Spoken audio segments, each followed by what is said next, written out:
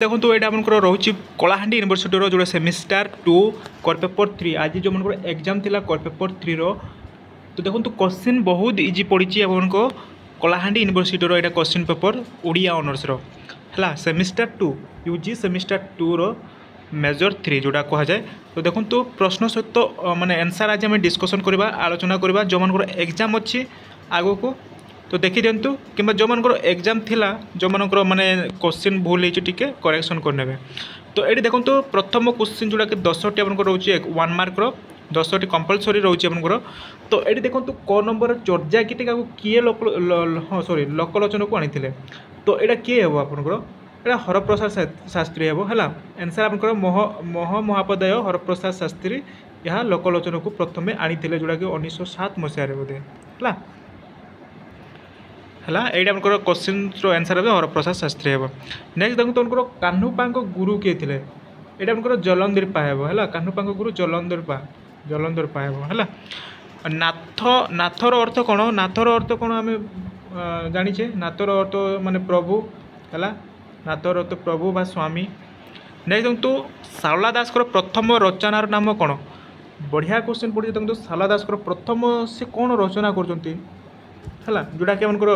प्रथम रचना करते से प्रथम माने रचना कर श्रीमद रामायण बा आपको कहते चंडीपुराण कह जाए है नेक्स्ट तो कृतांत शारला दास केउर कृतिर रचयिता महाभारत कृतिर रचयिता महाभारत है महाभारत नेक्स्ट प्रश्न होचे भाव समुद्र रचनाटी किए कहार भाव समुद्र किए रचना कर बलराम दास रचना कर बलराम दास है यहाँ बलराम दास हम अच्छा भागवतर द्वादश स्कंद किए रचना कर द्वादश स्कंद किए रचना कर जगन्नाथ दास द्वादश स्कंद रचना कर नेक्स्ट देखो हरिवंशर अन्य नाम कौन ये आप कमेंट कर कहे जानते मुझे देखनी टी है कमेंट कर कहे जानते जदि जशवंत दास केउठी देखो यहाँ आमको जशवंत दास कौटे जगतसिंहपुर जिला अंतर्गत अढ़ंग ग्राम जन्म करते अढ़ंग ग्राम है नेक्स्ट प्रश्न शिशु अनंत दास को पिता नाम कौन थी शिशु अनंत दास को पिता किए यहाँ आमको किए हे शिशु अनंत दास पिता नाम कपिल महांती है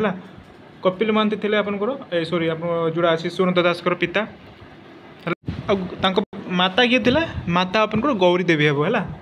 पिता हूँ कपिल महांती माता गौरी देवी शिशु अनंत दास नेक्स्ट देखो 2 मार्क क्वेश्चन देखो 2 मार्क क्वेश्चन कौन पड़ी चर्चा गीतिका भाषा ओडिया भाषा बोली किए कहते यहाँ आपंकर किए कहते ओडिया भाषा बोली पंडित किए गोपीनाथ नंद है पंडित गोपीनाथ नंद आउ अन्य जो कविगण कहते करुणाकर कहते करुणाकर है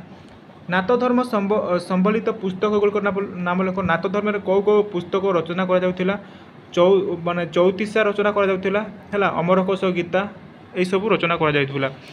शारला दास केबे और केउठी जन्मग्रहण करथिले शारला दास केबे और कौटी जन्म करथिले पंचदश शताब्दी कटक जिलार अपन कौन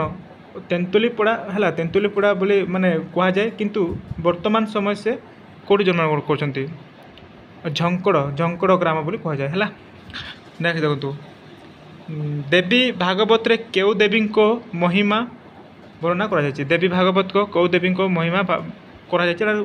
देवी दुर्गा बोधे मतलब लगुच देवी दुर्गा है नेक्स्ट देखो दांडी रामायण नामकरण किपर होची दांडी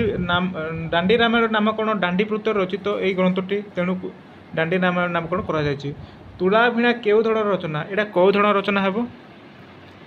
यहाँ आम चौतीसा धरणर है तुला भिणा चौतीसा धरणर रचना पंचसखा गोष्ठी केउ धर्मावलंबी थे यहाँ देखो मोस्ट इम्पोर्टाट यहाँ वैष्णव धर्म है पंचसखा गण सब वैष्णव धर्म ग्रहण करते हैं नेक्स्ट क्वेश्चन देखो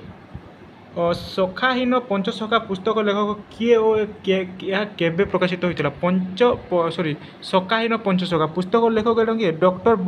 बंशीधर महांती है वंशधर महांती आपंकर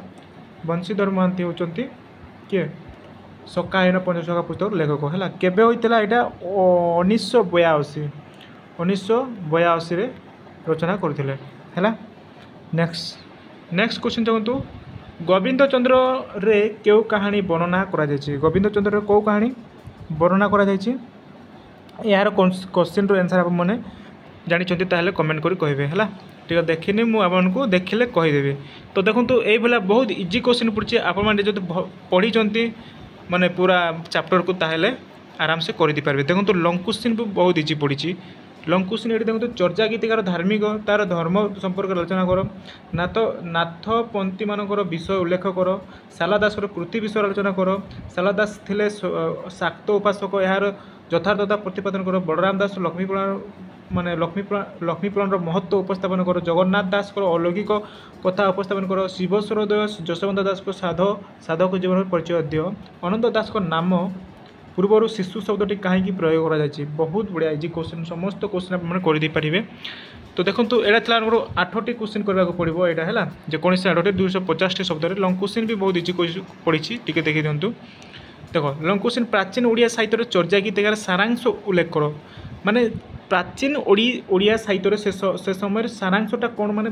पृष्ठभूमि से समय माने कौन सब थिला है आपको रचना करने को पड़ो शाला साहित्यर साहित्यिक मूल्य निरूपण कर ओडिया साहित्यर आदिकवि शाला दास यार यथार्थ दर्शाओ बलराम दास को साहित्यिक जीवन परिचय दियो भागवत ओडिया जातिर नीति और आदर्श पवित्र ग्रंथ यार विचार कर पंचसखा साहित्यर वैशिष्ट्य आलोचना बहुत इजी क्वेश्चन पकईले तो आशा कर समस्ते क्वेश्चन आंसर आप आसी आज जो मान कलाहांडी यूनिवर्सिटी जो मान एग्जाम थिला ओडिया ऑनर्स कोर पेपर 3 है तो देखो ये रखुचे आज बोधे एग्जाम आप माने सरी जाइए प्रस्तुत माने कोर 3 रो समस्त एग्जाम सरी जाइए नेक्स्ट आम कौन सेमिस्टर माने कोर हाँ सेमिस्टर 2 सॉरी एटा आम कौन सरला स्टार्ट है आमर न्यू है तो देखो यहीटा आमको आशा कर वीडियो भल लगी तो ये रखुचे धन्यवाद।